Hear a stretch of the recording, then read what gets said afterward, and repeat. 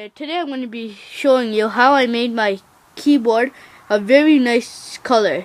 So on the original one it would look gray, but I changed my one to pink and black. So this is how it looks like. So what you want to do is you want to go to Cydia, but I already have it so I won't be getting it. So all you want to do is just go to Cydia and type in color keyboard. After you get it, it's gonna respring, and once it resprings, you're gonna come to your settings and go to color keyboard. And there's lots of other colors, like there's so many I can't even tell, like red and black, purple and black. There's very nice colors. So yeah, that's all you could do, and you could change some other stuff like keyboard radius and all that.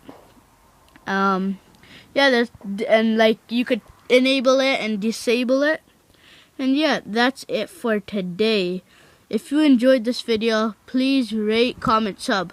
PsGamer out.